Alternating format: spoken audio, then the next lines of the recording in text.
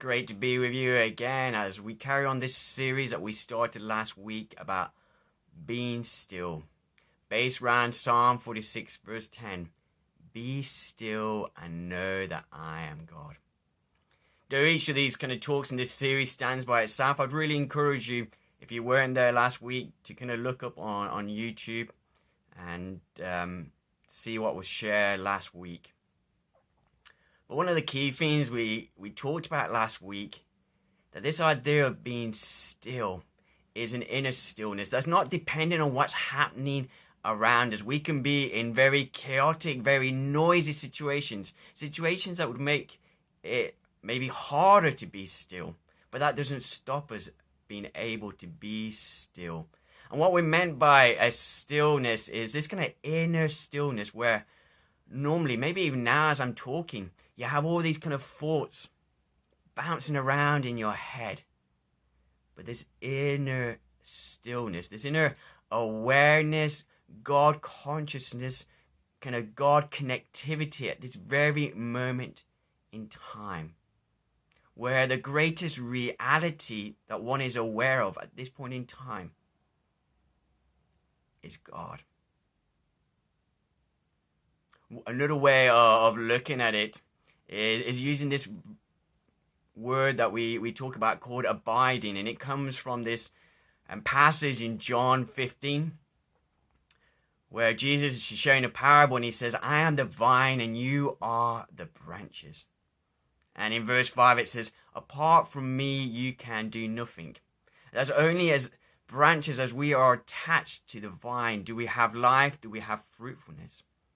And I would say that the only way that we can abide, the only way that we can outlive this great verse that we also love to memorize, apart from me that you can do nothing, is by learning to have that place of stillness. Because in stillness we have that connectivity, that heart-to-heart connection, awareness, reality of the presence of God. And as we do that, that reality flows into us and through us.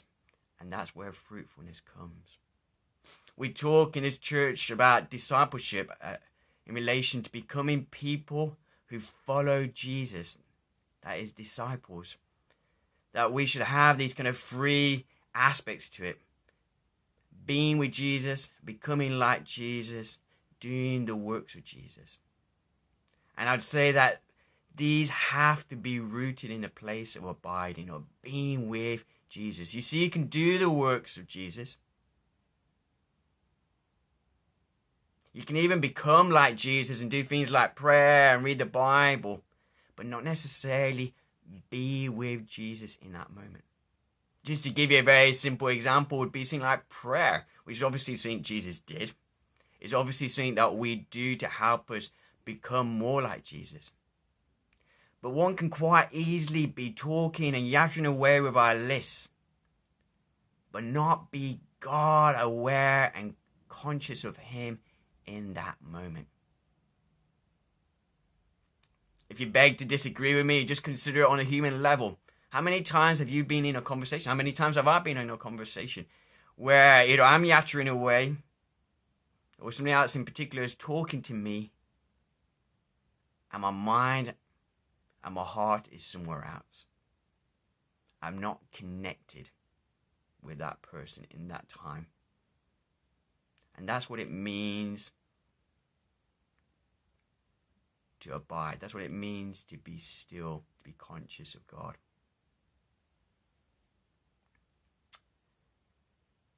I just want us to imagine as we kind of move on from that and kind of go into what we're going to be looking at this week. I don't know how many of you remember as children where you kind of normally went on somewhere like grass because it was safer. Maybe in the garden. And you used to just spin and spin around. I can't do it now because I just get sick. You know, and you spin around and who could spin the longest, and you kind of like stagger, across the room or the garden or wherever it was. And then eventually if you span really, really fast and quickly, you would fall over. And you might be thinking, what's that got to do with what's doing now? What we're talking about now? I would say that we are still spinning. However, now it's less funny because we're dizzy I was just talking to somebody this week, and they were just saying, I feel like just everything is just dizzy in a spin at the moment. And I said, that's ironic. That's what I'm speaking about this coming Sunday. You see, when we have all these noises, all these things that are going around in our head, all these things from the past, the future, all these things that are momentarily distracting us, we're in a spin, and we need to learn how to be still in that. I was thinking I could define stillness as spinning without getting dizzy. You see, sometimes we have to be in those situations where we're bombarded by things around it. And God is not calling us necessarily to be monks, but He's calling us to live our lives in this time, in this place, in this season, from a place of stillness. God conscious, aware of Him. Where all the other things around us which are spinning, we learn to just be still in Him. Maybe a way of looking at it is, I looked for my compass I used to have as a Boy Scout. I know I have it somewhere, but I couldn't find it. If not, I would have brought it here as a visual illustration. But if you're aware of a compass, you can shake it as much as you want. But when you bring it down, it will begin to very quickly point to magnetic north. And that maybe is a way of looking at stillness. Our hearts are like a compass where we get shaken. But we have learned over time and through discipline, and we'll talk about some of that a little bit later on, to come to that place where our hearts very quickly just come back to God. And we are centered to Him. Our whole being, our whole mindset, our whole way of looking at life comes from that place of being centered in Christ. And I know that's hard. Maybe even as I've been talking, your mind's been bombarded. Maybe we talked about last week about creating these pauses in our life. And you tried it, and it's been difficult. Yeah, your mind is so easily gets bombarded. Let's maybe just even now begin to just slow down and just still our minds and bring our minds over to God. Maybe just repeat this. Jesus, I love you. If it makes it easier, just close your eyes and just say, Jesus, I love you. I worship and adore you. Father, I love you.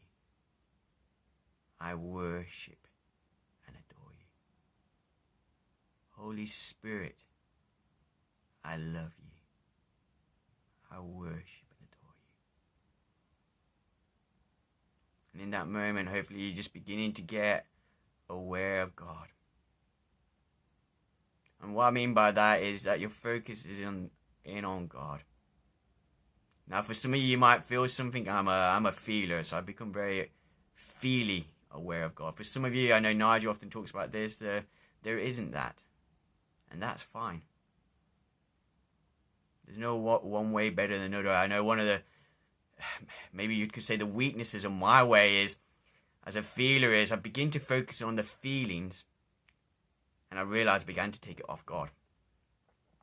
But we need to just be still and just be silent before God, because in that place where the distractions are stilled and our focus is on God, that's where we get our life. That's where we get our joy. That's where we get all the peace, all that we find in God's presence. I think it's the reason that my favorite author, A.W. Tozer, once said, could there be anything more important than sitting in silence before God every day? And I think he was talking about physical silence, but as I mentioned last week, sometimes that's hard to do.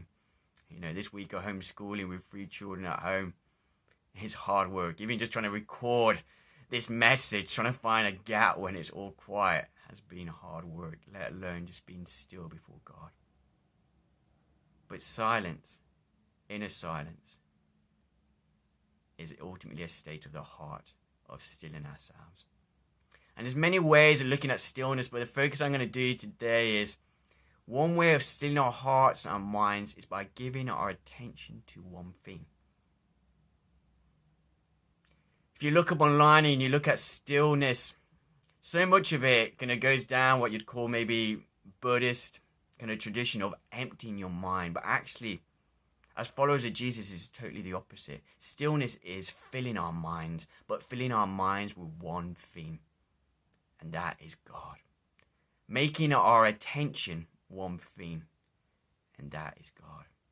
Because that is ultimately what will bring us stillness. To use that illustration again, or spinning by a different situation. See, there are other people that spin, and they live, in some ways, using our illustration, in a life of spin, but do not get dizzy.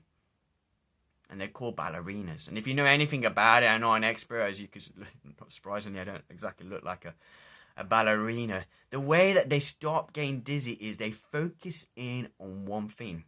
And as they go into the spin, the last thing they look at is that point, reference point. And the first thing they do when they come out of the spin is to focus in on that. And that's what stops them getting dizzy when they spin. And that's how we can be. See, stillness is having that one focus. The Bible talks again and again about lifting our eyes up to the mountains. You know, we have verses about like Psalm 27 verse 4. One thing I ask of the Lord, one thing I seek. And that is you. That one thing. But the verse I want to look at today is Psalm 25 verse 15. And it says, my eyes are continually towards the Lord. A lot of other versions says, my eyes are continually on the Lord. So one way of defining stillness is having our eyes continually on the God. You see, where we put our eyes, what is the focus, our attentiveness, is crucial to being still. As I've been thinking about this talk for a week or so, the question I've been asking myself and I ask you is, what do we give our attention to? If we're given space and time, what does our mind drift to? And it can be a whole load of things if we are honest. Again, my favorite author, this is my last quote from him today, A.W. Tozer said, when my mind is free to think about whatever it wants, what does it think about? That will determine what I will become. Wow. What you're free to think about, you will become. What do we really look at? What do we really give our attention to? I don't mean just a kind of casual glance. But what do we really look at? What do we really fix our eyes upon? You see, whatever you fix your eyes upon, you receive from. It's a bit like this screen. As you watch on TV, as you look at your phone, you receive from it. See, our mind is a bit like a satellite. Whatever we point it towards, we pick it up. Or another way, maybe it's like radio wave. Whatever we tune into, we pick up from, we receive from. And David in that psalm is challenging us to have our eyes continually towards God, towards the things of God, towards Him. Because as we give our attention to God, we will receive from Him. When you look at God, you receive from Him. You see, whatever you gaze upon, it leaves an imprint upon you. Over Christmas, we decided to take out, I don't know if it was free or reduced 1 month Disney Channel. The children wanted to look at what's called the Mandalorian series, a kind of spin-off on Star Wars. And Katie wasn't really into it, so I thought I'd watch it with them. But I soon realised, if I watched those things in the evening, they just imprinted themselves. It wasn't like necessarily bad, but I had those images going through my head. Or sometimes, maybe you found this, you kind of listen to a song and that song kind of follows you through the day. And again, I'm not saying that bad, but I'm making a point that what you look at, what you listen to, what you give your attention to, leaves an imprint upon you. Eyes are important. We're told in the Bible, and even just recent kind of philosophy and modern psychology says, the eyes are the doorway to the soul. What you look at affects you. What you look at gives you life or drains you of life. The reason why so often we don't live life in all its fullness is that we haven't learned to take all these other things that have imprinted themselves upon our minds and learned to bring that place of stillness where our focus is totally and utterly in on God. To give our continual focus to Him. You see, as you give your focus to Him, to His voice, to who He is, the presence and the reality of who He is and His voice becomes clearer and imprints itself on us. So David challenges us, and I challenge myself and each one of us, that stillness comes by learning to fix our eyes on one thing, and to fix our eyes continually upon God. And continually means perpetual. I looked it up. Fixed, unending, uninterrupted. And I don't know about you, I'm not there. I'm so easily distracted. But what it means is, as we seek to live this life of stillness, this life of fixing our eyes upon one thing, is as we discover and we realize we're distracted, and our attentiveness is off God, to turn it back on. Even now as I'm speaking,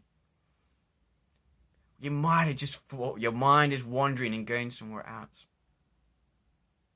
Let's just bring it in to fix our eyes upon God, just to acknowledge Him right now.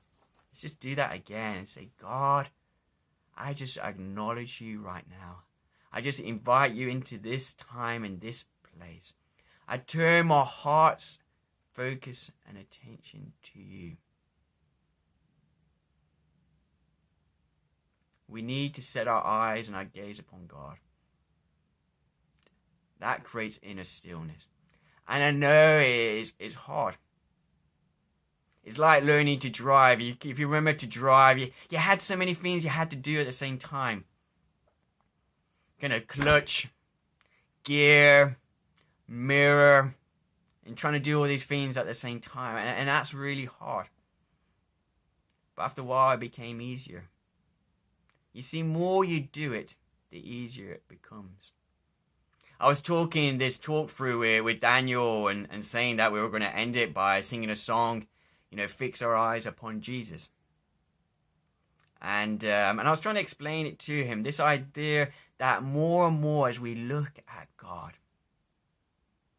create this lifestyle of stillness, the easier it becomes.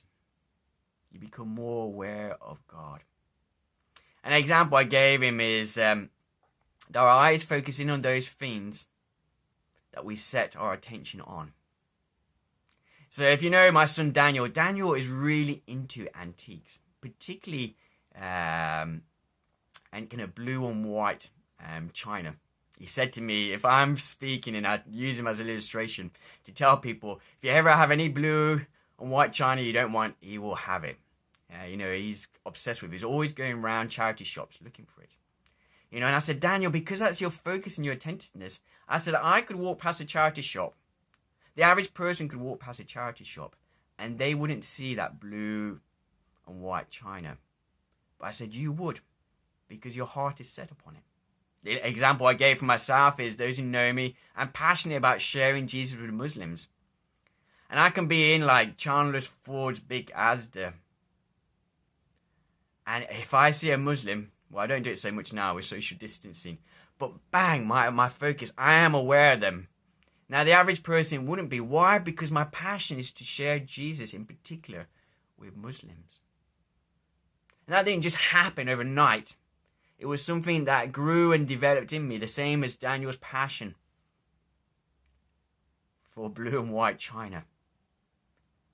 And as our passion and desire grows for God, it is hard at first, but more and more we do it, more and more it's easier for our hearts to notice and press in on that. So just to finish off with some real practical stuff. Because all well and good saying that stillness comes from fixing our eyes upon God. And how do we do that? Firstly, is just kind of creating those moments to begin to still ourselves. Last week I talked about just kind of fasting from your phone, maybe just waiting a little bit longer before you look at it. Maybe not feeling like you have to keep checking in on what's happening Or what's that message that just beat on your phone? And here's some of the things I've been doing. I've just been trying to wake up to God. I was reminded of a prayer that some of the guys from Catch the Fire, a church up in London, used to come and speak in our church. And they had this prayer they used particularly in the morning. God, be more real to me than anything else, than anyone else. And I've just started trying to just pray that, particularly in the morning. I kind of had on my phone, I have this app called Pause. And it sends me a message at 10 and at 2. So you can set some themes. You don't need to have that app. You could just set your phone or an alarm just to do that. Or you could just keep yourself accountable with somebody who kind of sends you a message at a particular time. And just pause. So set some set times. The other thing is just to have and change some of the things that you have in your normal routine and turn those into pause moments. Moments when you still yourself. Maybe if you've got babies, when you're changing a nappy. Maybe as you waiting for the car to kind of warm up and kind of defrost. Maybe as a kettle's boiling, when naturally you might look at your phone, or naturally you might do something else. Just create that moment and be still. And do that we've just been talking about, and just say, God, I just welcome you into this place, into this time. Maybe you've just been practicing that and you kind of think, I'm creating these times, but man, it's just really hard. These things are just bouncing around in my head. I would encourage you to keep pressing on. Henry Nouwen, a writer, he talked a lot about kind of solitude and stillness. He said, it's really hard when you try to create stillness in your life. You see, it's a bit like you had a house, and it used to be that anybody that knocked on your door, you just welcome them in. And now you're not opening your door, but people are still coming and knocking on your door, expecting you to let them in. But he says, as you keep that door shut, people just learn it and they knock on your door less and less. Well, what does that mean? You see, when we haven't been living from a place of stillness, we just kind of let our minds be bombarded with all sorts of things. And so when we say, no, I want to be still and focusing on God, not surprising, these thoughts keep coming. But Henry Nouwen encourages, keep going, because it will become easier. One last kind of illustration and kind of discipline to help us is something called breath prayer. I've talked about this before. Just a way of stilling. And it's called breath prayer because you're focusing on your breath. I think they say you can take 8 seconds to breathe in and out. If you need less, go for it. I don't want you to kind of be out of breath, but just kind of breathe in slowly. And breathe out. And just focus in on the breath. And then just as you breathe in, you can have a very simple prayer. Some people would call this the Jesus prayer. Just say something like, Jesus, I love you. And have the Jesus on your breath in, and I love you on the way out. And there's lots of variations on it. Whatever you want is you want a short sentence or a short phrase so you can actually say it with your breath in and your breath out. And more you do it, more and more it naturally becomes a bit like that compass, or a bit like a homing pigeon, that wherever you put them, they can find their way home. And I really believe that God's calling us to kind of come home and to fix our eyes upon Him. Too many of us, and I include myself, have too often live in a place of spinning and we're dizzy. And we stagger around from situation to situation, person to person, day to day. And we were not made to be like that. We were made to be beautiful ballerinas, where we can live in the spin, but because we are fixed and still and living from that focus and fixed eyes and attention and God consciousness of God, it creates that peace and life in all its fullness that we're meant to have. So to finish today, I'm going to hand over to Nigel and Joe, and particularly to Nigel, and we're just going to sing a song just to do with just fixing our eyes upon Jesus, just to look at him. A kind of Jesus-centered song. And so go and have fun this week as you seek to grow in stilling yourself. And look forward to being with you next week as Nigel will be sharing in the next part of this series.